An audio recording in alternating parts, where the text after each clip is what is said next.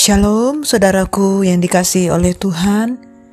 Senang sekali boleh berjumpa kembali di dalam program Renungan Harian Kristen hari ini, Sabtu 9 April 2022. Nah saudaraku, kita sungguh rindu untuk terus berada bersama dengan Tuhan di dalam hadirat-Nya dan menikmati setiap kebaikan-kebaikan-Nya.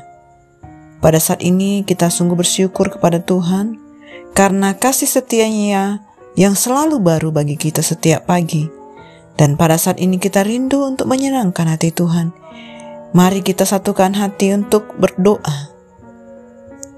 Bapa kami yang di surga, sungguh kami bersyukur untuk kasih setia-Mu yang besar yang kami rasakan pada hari ini. Ya Bapa, kami boleh dalam keadaan yang sehat, yang kuat, penuh sukacita, untuk dapat mengerjakan bagian pelayanan yang Tuhan berikan bagi setiap kami. Kami bersyukur Engkau yang menaruh kami Tuhan, lebih lagi hati yang haus, hati yang rindu untuk menyenangkan hati-Mu. Terima kasih Bapa. Kami persiapkan hati kami sepenuhnya untuk Tuhan. Engkau yang ambil alih hidup kami ya Tuhan. Terima kasih Bapa. Kami mengucap syukur kepadamu dalam nama Yesus. Amin. Nah saudaraku, judul kebenaran firman Tuhan yang akan kita dengar pada hari ini adalah bertanggung jawab atas kuasa. Firman Tuhan ini tertulis di dalam Yeremia 21 ayat 11 sampai Yeremia 22 ayat 1 sampai 12. Nah saudaraku, kita sama membaca Alkitab kita. Dan saya akan membacakannya buat saudara, Yeremia 22 ayat 1 sampai yang ke-12.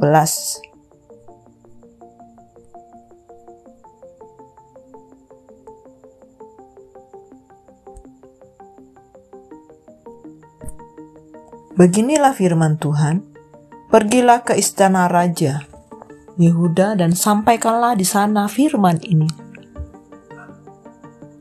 Katakanlah, dengarlah firman Tuhan, hai Raja Yehuda yang duduk di atas tahta Daud. Engkau pegawai-pegawaimu dan rakyatmu yang masuk melalui pintu-pintu gerbang ini. Beginilah firman Tuhan, lakukanlah keadilan dan kebenaran, lepaskanlah dari tangan pemerasnya orang yang dirampas haknya. Janganlah engkau menindas dan janganlah engkau memperlakukan orang asing, yatim dan janda dengan keras. Dan janganlah engkau menumpahkan darah orang yang tak bersalah di tempat ini. Sebab jika kamu sungguh-sungguh melakukan semuanya itu, maka melalui pintu-pintu gerbang istana ini akan berarak masuk raja-raja yang akan duduk di atas tahta Daud dengan mengendarai kuda dan kereta. Mereka itu pegawai-pegawainya dan rakyatnya. Tetapi jika kamu tidak mendengarkan perkataan-perkataan ini, maka aku sudah bersumpah demi diriku, demikianlah firman Tuhan semesta, bahwa istana ini akan menjadi reruntuhan. Sebab itu beginilah firman Tuhan mengenai keluarga Daud.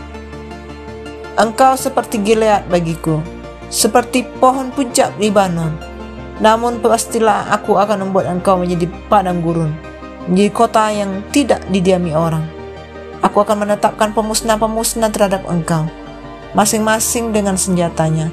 Mereka akan menebang pohon ara pilihanmu dan mencampakkannya ke dalam api. Dan apabila banyak bangsa melewati kota ini, maka mereka akan berkata kepada seseorang kepada yang lain, mengapakah Tuhan melakukan seperti ini kepada kota yang besar ini? Orang akan menjawab, oleh karena mereka telah melupakan perjanjian Tuhan. Allah mereka telah sujud menyembah kepada Allah lain dan beribadah kepadanya. Sampai ayat yang 10 saja saudaraku. Nah, firman memiliki kuasa yang besar berarti memiliki tanggung jawab dan tuntutan yang besar. Itulah yang tampak dalam bacaan kita hari ini. Firman Tuhan disampaikan kepada keluarga Raja Yehuda dan seluruh jajarannya. Mereka diingatkan untuk melakukan keadilan, kebenaran, dan kebaikan. Jika mereka bisa melakukan hal itu, maka Tuhan akan memberkati kerajaan Yehuda turun-temurun. Namun, jika firman itu diabaikan, maka Tuhan sendiri yang akan melawan mereka dan menghancurkan Yehuda. Nubuat yang disampaikan kepada Raja Salum mengenai masa depannya yang akan dibawa ke pembuangan dan mati di sana adalah penggenapan dari firman itu.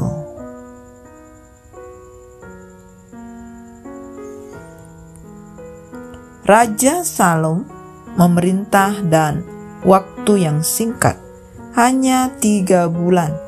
Ia ditawan di Mesir oleh Raja Mesir, Firaun Neko. Bahkan pada zamannya, Neko mendenda Yehuda sebesar 100 talenta perak dan 10 talenta emas. Kemudian Neko mengangkat Eliakim saudaranya untuk menggantikan dia sebagai Raja Yehuda. Sungguh menyedihkan nasib Salum. Peristiwa itu menunjukkan bahwa perintah Tuhan tidak main-main. Melakukan keadilan dan kebenaran bukanlah sebuah pilihan, melainkan keharusan. Kuasa besar harusnya dipakai untuk membawa kebaikan besar, bukan justru untuk kepentingan pribadi dan kebanggaan sementara. Kekuasaan itu tidak abadi. Tanggung jawabnya dipertaruhkan kepada Tuhan. Lalai dan abai kepada Dia sama artinya melawannya, dan itu berarti siap untuk dipermalukan. Tuhan pasti memberi kuasa kepada kita, baik sebagai pemimpin di gereja, pimpinan di tempat kerja, pejabat di pemerintahan, maupun sebagai orang tua, suami, istri, atau kakak. Mau kecil maupun besar, kita harus menjalankan kuasa itu dengan penuh tanggung jawab dan kesadaran untuk menegakkan keadilan dan kebenaran. Jangan pernah menggunakan kuasa itu untuk memeras, menyakiti, atau bahkan hanya memikirkan diri sendiri saja. Demikianlah renungan firman Tuhan yang dapat kita dengar pada hari ini.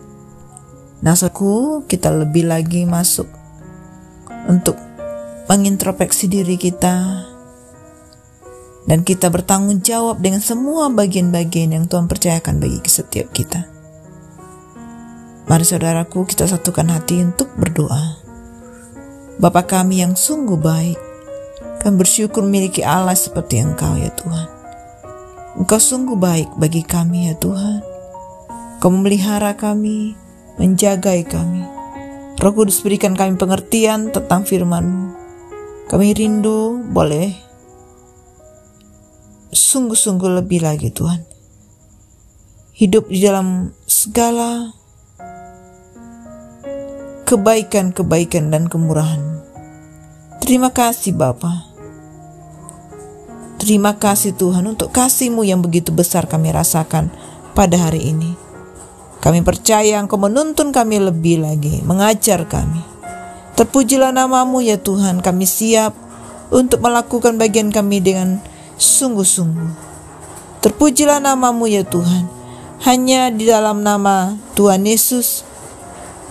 Mari sama-sama kita katakan, amin. Semangat pagi dan semangat beraktivitas saudara-saudaraku. Tuhan Yesus memberkati.